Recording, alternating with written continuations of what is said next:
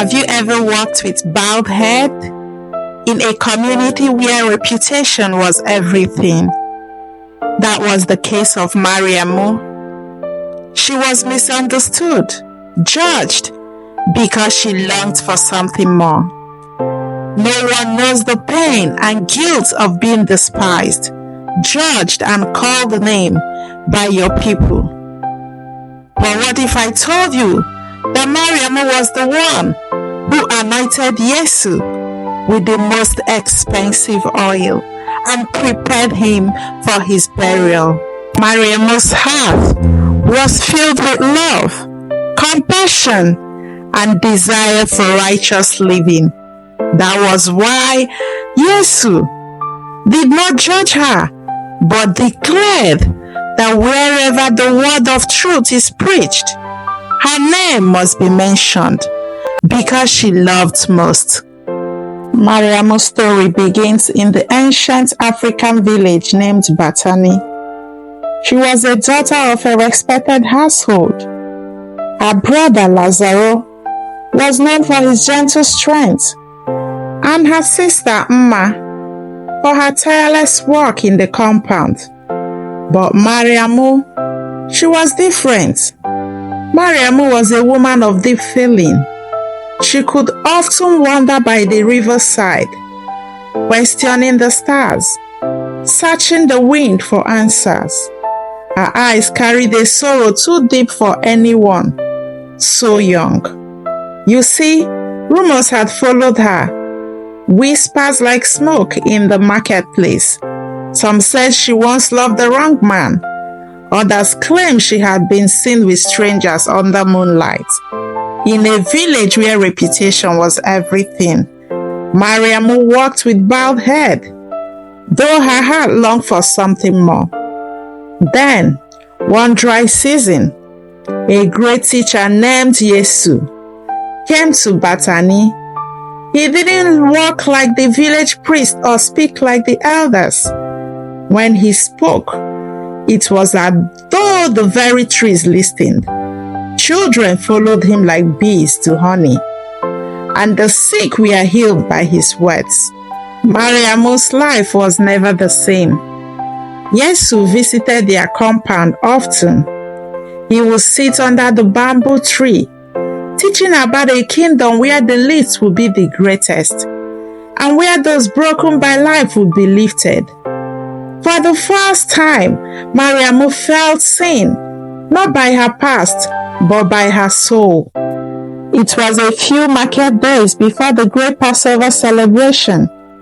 The compound of Simoni the healer, a man whom Yesu had cured of skin disease, was full. Men reclined on mats. Talking drums echoed faintly in the distance. Palm wine was shared. Laughter filled the air. But not Mariamu's heart. That day, she knew what she must do. She entered the courtyard, carrying a calabash of sweet perfume. Oil so precious, it was passed from the mother to daughter. It was her dowry, her inheritance, her future. Yet in her eyes, no price was too high for the one who had restored her dignity.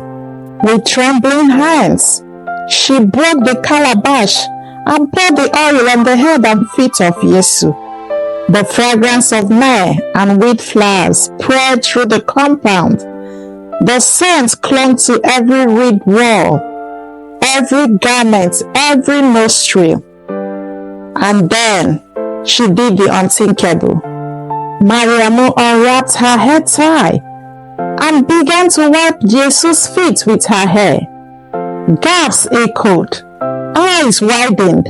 In their culture, no decent woman ever uncovered her hair in public, much less touch a man's feet.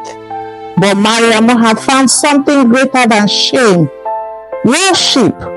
One of the men, Judah, the keeper of the money pouch, barked, "This is a waste.